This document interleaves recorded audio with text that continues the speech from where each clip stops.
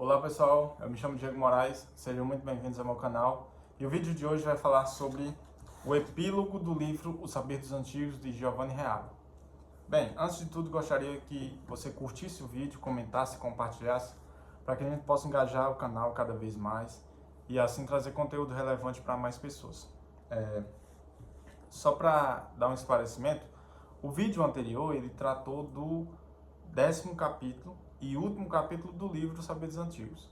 E esse epílogo que fica depois do último capítulo, eu não faria um vídeo sobre se fosse um livro qualquer, mas como eu considero esse livro aqui um livro de extrema importância para qualquer pessoa, é um livro fantástico, eu acho muito interessante trazer esse epílogo, que traz mensagens muito importantes e que constroem toda a ideia que circundou no livro, né? Então, é muito importante esse vídeo para quem veio assistindo todos os vídeos, para conseguir sintetizar a ideia mais coerentemente, certo? Então vamos lá. O título do epílogo chama-se Duas Mensagens de Platão aos Homens de Todas as Épocas, a metáfora da conversão e a oração do filósofo. Bem, esse epílogo traz duas mensagens de Platão que fecham o livro com chave de ouro. A primeira mensagem trata da metáfora da conversão, e nesse sentido, Giovanni Reale explana que a palavra conversão possui atualmente uma conotação religiosa. Entretanto, ele vai demonstrar que esse termo tem um caráter filosófico, que vem de Platão, e que significa volver toda a alma para a luz da ideia do bem, ou mais precisamente a origem de tudo. Desse modo, para a compreensão total da conversão, o homem precisa ser semelhante ao objeto contemplativo. Logo, trata-se do bem naturalmente, o homem deve ser bom. E conforme essa mudança de direcionamento da alma, o homem progressivamente sai do mundo das aparências e das coisas efêmeras para o mundo real que possui a noção das coisas eternas e verdadeiramente significativas. Então, aqui nessa primeira mensagem de Platão, ele quer falar o seguinte: o homem ele precisa entender essa ideia de conversão. Por quê?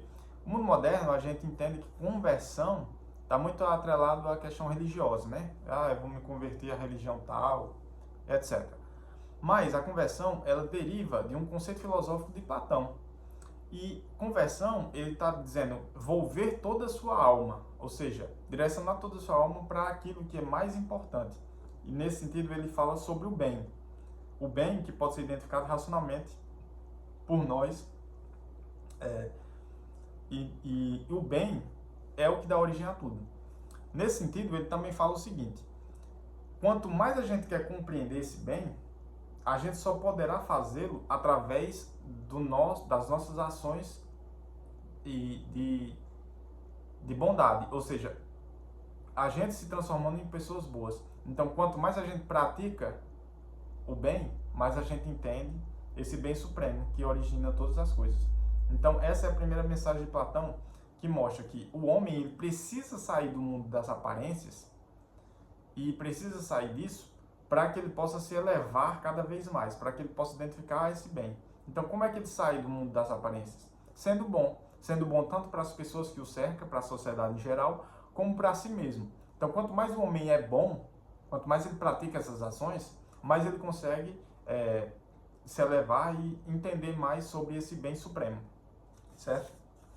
A segunda mensagem diz respeito à oração do filósofo, que se refere a uma oração de Sócrates, que se encontra na obra Fedro. Vejamos a mesma na íntegra. Fedro falando: mas vamos embora, porque o calor já não está tão forte. Sócrates responde: não convém que façamos uma prece a esses deuses antes de seguir caminho? Fedro, mais uma vez: por que não? Sócrates então: querido Pan e outros deuses que estais neste lugar, concedei-me a beleza interior e fazer que meu exterior se harmonize com tudo que carrego dentro de mim. Que eu possa considerar rico o sábio e possa ter uma quantidade de ouro que só o temperante conseguiria tomar para si ou levar consigo. Precisamos de outras coisas, Fedro? Creio que pedi o suficiente. Fedro: esta oração é também a minha, pois os amigos têm tudo em comum. Sócrates: vamos então. Bem, essa oração do filósofo, que Giovanni Reale cita aqui, que é a oração que que Platão coloca Sócrates fazendo, que Sócrates faz no caso, né? Essa oração, ela tem 4 pedidos em si.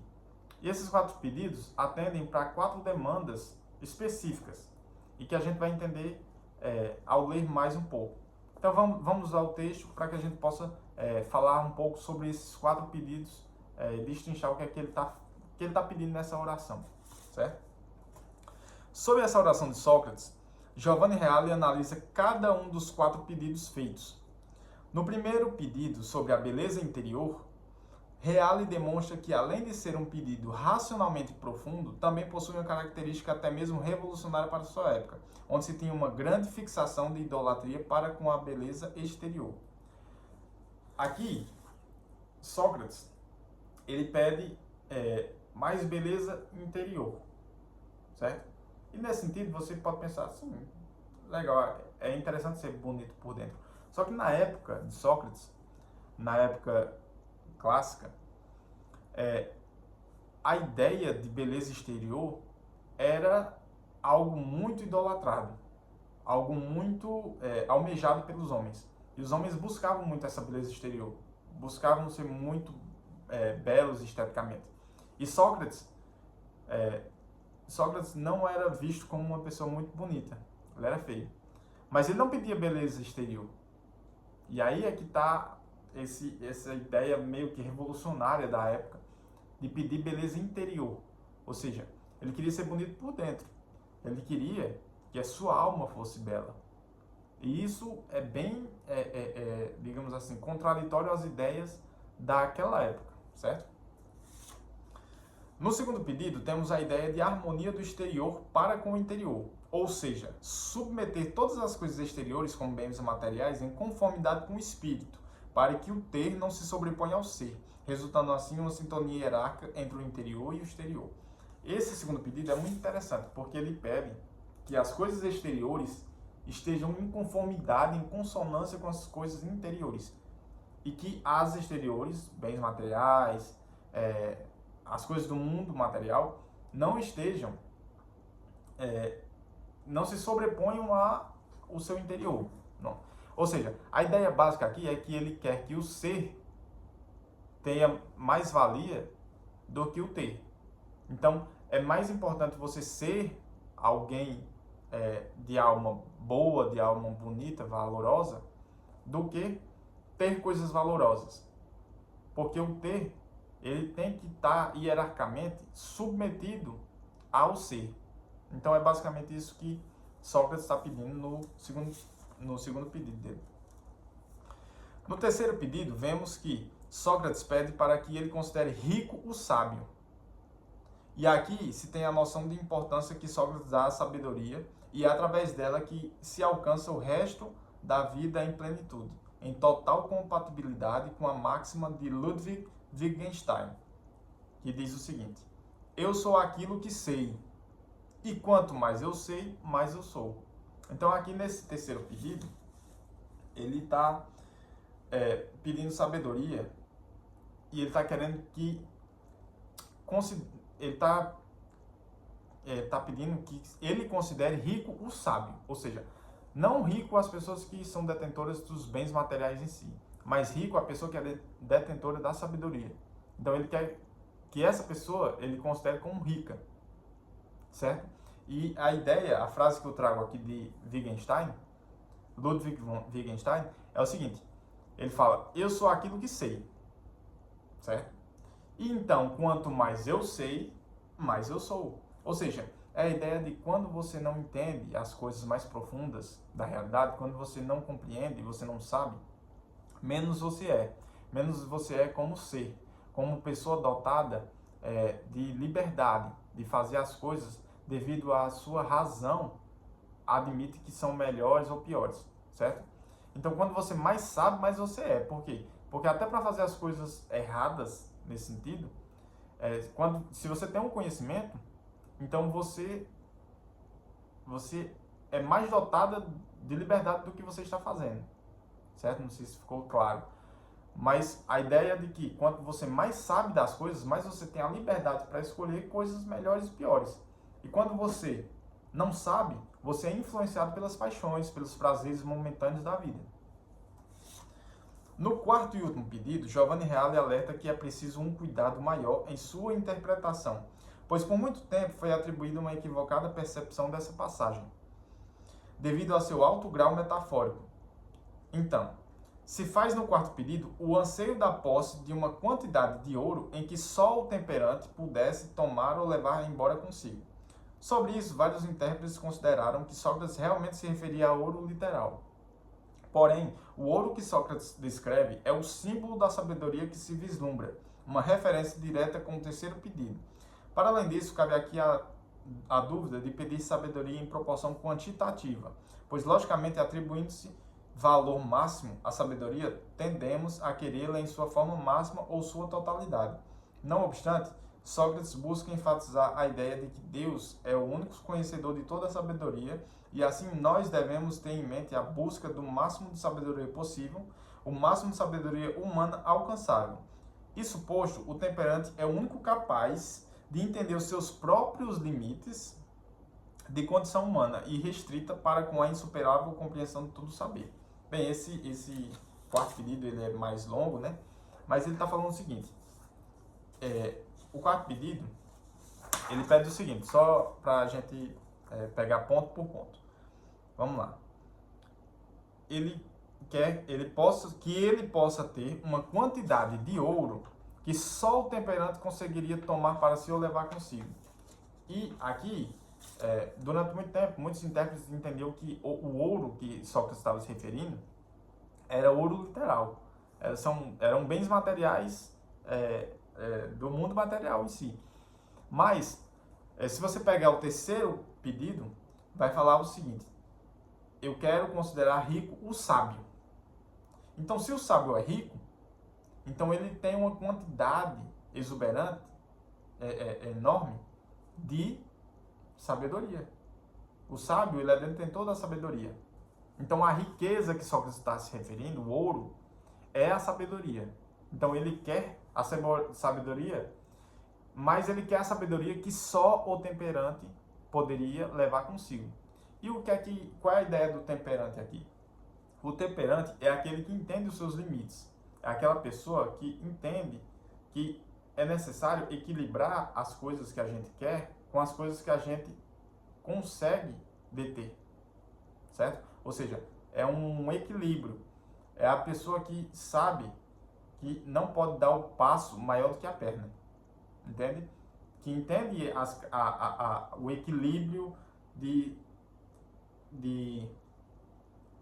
saber até onde pode chegar. Logo, por que ele pede a sabedoria? Porque qual é a lógica que a gente deveria pensar?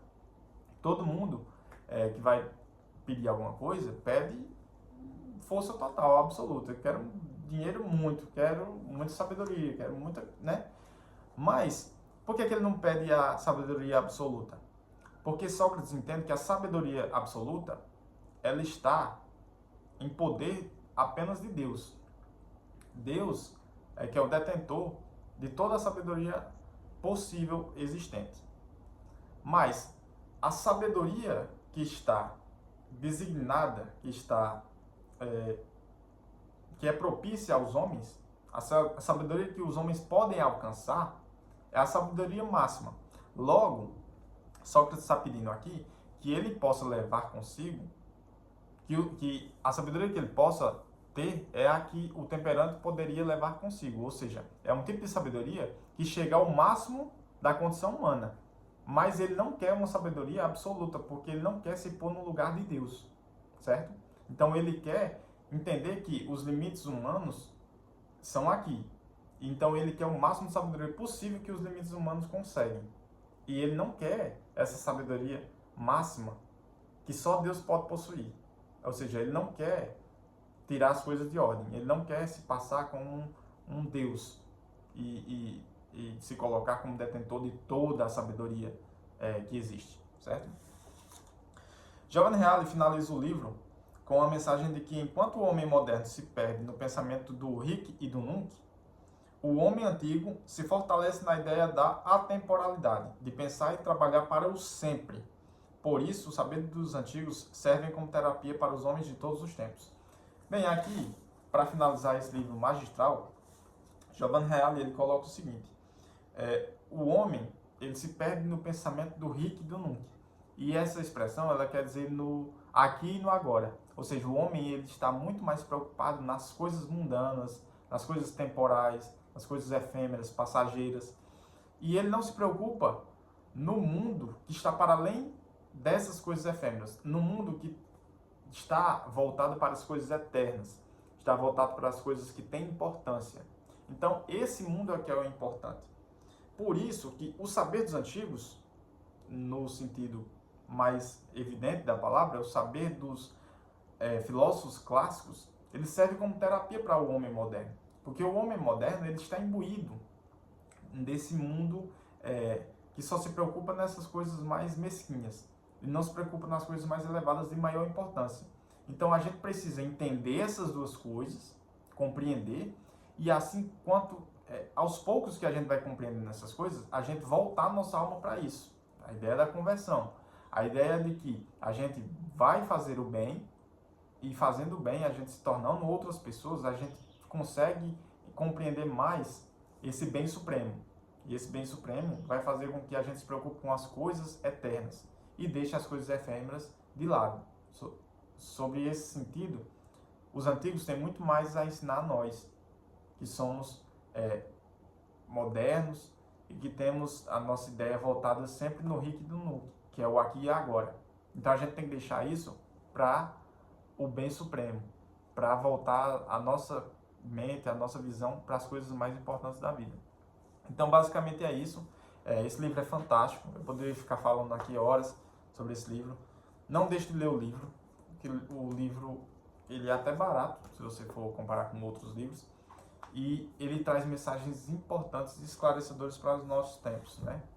Então, gostaria de pedir mais uma vez sua curtida, seu comentário, seu compartilhamento, e até a próxima, e que Deus vos abençoe, e muito obrigado.